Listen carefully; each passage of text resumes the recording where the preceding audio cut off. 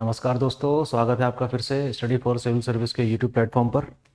और कल उत्तराखंड के बारे में हमने कुछ चीज़ें पढ़ी थी जिसमें ग्लेशियर्स को हमने थोड़ा डिस्कस किया था कि ग्लेशियर्स क्या होते हैं, हाईलैंड पे पाए जाते हैं और पोलर रीजन में भी पाए जाते हैं।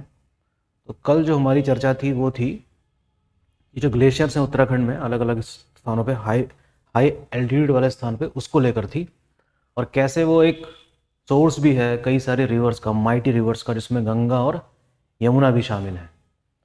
तो उसी क्रम को हम आगे बढ़ाते हैं ज्योग्राफी वाले पार्ट को, और आप देखते हैं कि लेक्स क्या चीज़ है। उत्तराखंड में कई प्रकार की झीलें भी पाई जाती हैं।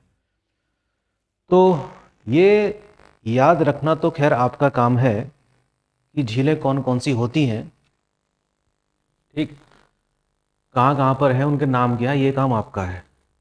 ठीक, ये काम आप पढ़ेंगे किताबों से कि कौन सी झील कहाँ है और प्रीवियस ईयर में किस तरीके से क्वेश्चन आए हैं, ये सारा काम आपका जानने का है। हमारा काम है कि लेक्स अपने आप में क्या होती हैं, कितने प्रकार की होती हैं और कैसे बनती हैं। तो अगर मैं सिंपल डेफिनेशन की बात करूं तो व्हाट आर लेक, तो लेक की परिभाषा क्या होनी चाहिए? लेक की परिभाषा क्या होनी चाहिए? यानी कि एक स्टैंड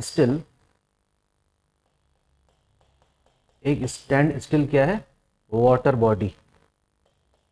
एक स्टैंड स्टिल वाटर बॉडी यानी कि एक रुकी हुई जल राशि है जो चारों तरफ से किससे घिरी हुई है? भूमि से। उसी को हम कहते हैं क्या? लैंड, सॉरी, लेक कहते हैं। लेक कई जगह पाई जा सकती हैं। लेक प्लेन्स में भी पाई जा सकती हैं, माउंटेन में भी पाई जा सकती हैं, दोनों जगह पाई जा सकती हैं भाई, कोई दिक्कत नहीं है।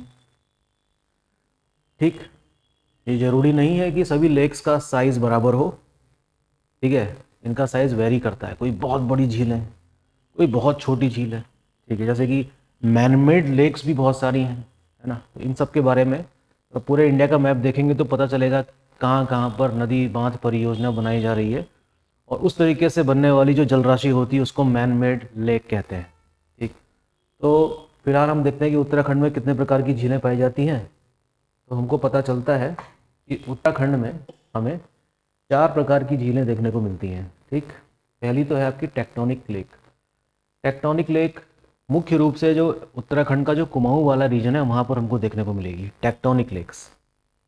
एग्जाम्पल मैं आपको बता दे रहा हूँ, नैनीताल, भीमताल, नौकुचिया ताल एक्सेट्रा, सारी चीज़ें आपके किताबों में दी गई हैं। समझाने जैसा इसमें कुछ नहीं है, लेकिन क्योंकि एक क्वेश्चन इस सेक्शन से आ जाता है इसलिए इम्पोर्टेंट बन जाता है। तो हमें ये जानना होगा कि टेक्टोनिक लेक होती क्या है, कैसे बनती हैं, तो ये जान लेना ज़रूरी है। तो टेक्टोनिक लेक ऐसे ही बनेगी जैसे कि टेक्टोनिक एक्टिविटीज़ की वजह से। तो टेक्टोनिक एक्टिविटीज़ क्या होती हैं? जो प्लेट मूवमेंट की बदौलत होती हैं। ठीक है ना। तो टेक्टोनिक एक्टिविटी आपको जाननी होगी क्या होती है।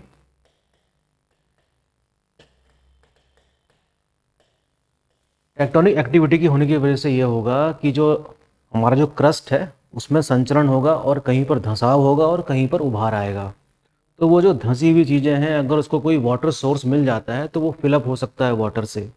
तो नैनीताल, भीमताल, नौकुचिया ताल, सात ताल जो कुमाऊं वाले रीजन में हैं, ये सारे के सारे किसके हैं? टेक्टोनिक लेक्स के उदाहरण हैं। इसको आप पढ़िएगा ज़रूर। ठीक, दूसरे प्रकार की हम लेक्स देख लेते हैं जिनकी संख्या ज़्यादा है उत्तराखंड में, लेकिन गढ़वाल क्षेत्र में आपको ज़्यादा देखने को मिलेगी, और वो है ग्लेशियल लेक। अर्थात ऐसी झील जो किसके फलस्वरूप बनी है? हिमाद्री के पीछे खिसकने से। तो this event is called what? The retreat of, क्या कहते हैं? Retreat of glacier. ग्लेशियर जब खिसकता है तो जहां उससे पहले ग्लेशियर अवस्थित रहता है वहां पर एक, जाहिर सी बात है कि एक बहुत बड़ा डिप्रेशन क्रिएट हो जाता होगा।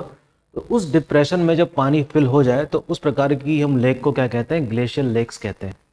तो most of the lake in Uttarakhand, majorly in the Garhwal part of region, are glacial in nature. Example यहाँ पर लिखे हैं थोड़े बहुत, जैसे कि रूप कुंड है, वासुकी ताल है, बेदनी कुंड है। These are the example of glacial lakes. Blocked lake, इनकी संख्या बहुत कम होगी, ये वहीं पर बन सकती है जहाँ पर रुकावट कोई पैदा हो गई हो। तो इसका उदाहरण क्या है? गोहना लेक।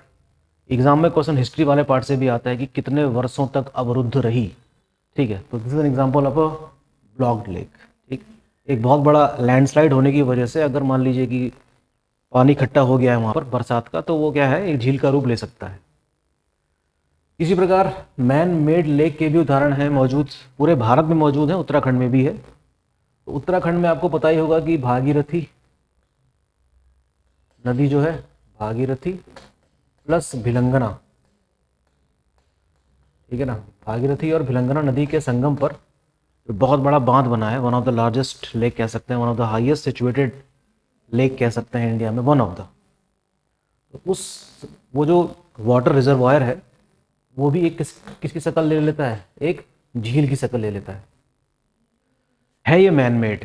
ठीक, और इस लेक का उपयोग आपको पता ही है कि पावर प्रोडक्शन के लिए किया जा रहा है, और ये एक टहरी बांध परियोजना का हिस्सा है।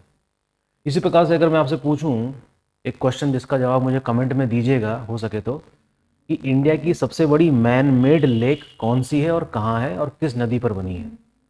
रिपीट कर दे रहा हूँ क्वेश्चन, कि इंडिया की सबसे बड़ी मैन मेड लेक किस नदी पर है, कहाँ है और उसका नाम क्या है। क्वेश्चन याद रखिएगा। ठीक, तो ये रही कुछ टाइप्स ऑफ लेक जो उत्तराखंड में पाई जाती हैं। एक और प्रकार की लेक होती है जिसको हम कहते हैं erosional lake, which is not found in Uttarakhand. तो these are some lakes which are found in Uttarakhand, dominated by glacial lake, Garhwal region, और कुमाऊं वाले रीजन में टेक्टोनिक लेक्स मिलती हैं। ठीक, तो ये तो होगी टाइप ऑफ लेक में। और इसमें मैंने कुछ नाम आपके लिए छांट के रखे हैं कि ये रहे, देखिए अरवा ताल। देखिए अधिकतर झीलें देखो आपको चमोली में दिखाई देंगी। ये सारी तस्वीर जो मैंने ली है, जाहिर सी बात है किताब से खींच के ही यहाँ पर लगाई होगी, इसको आप पढ़ लीजिएगा। ये लिए है मैंने तस्वीर विंसर वाली बुक से। ठीक है, विंसर की बुक आती है उत्तराखंड की, उससे लिया गया है। तो उसमें झीलों की संख्या लगभग 106 बताई गई है। ठीक, तो उसको आप एक बार ज़रूर रीड कर लीजिएगा और यकीन मानिए कि एक क्वेश्चन आपको यहाँ से मिल जाएगा। तो ये सारे नाम हैं जो आप भी को पढ़ने पड़ेंगे, याद रखने होंगे। इधर ये सब सारी झीलें हैं और हाइट बताई गई है, इसको भी थोड़ा याद रख लीजिएगा। ये सिर्फ इतनी ही नहीं है, टोटल उनकी संख्या 106 है उस किताब में। तो ध्यान दीजिएगा किस ज़िले में है, किस वाटर बेसिन, किस रिवर बेसिन के अंतर्गत आता है, ये सारी चीज़ें भी आपको याद रखनी होंगी।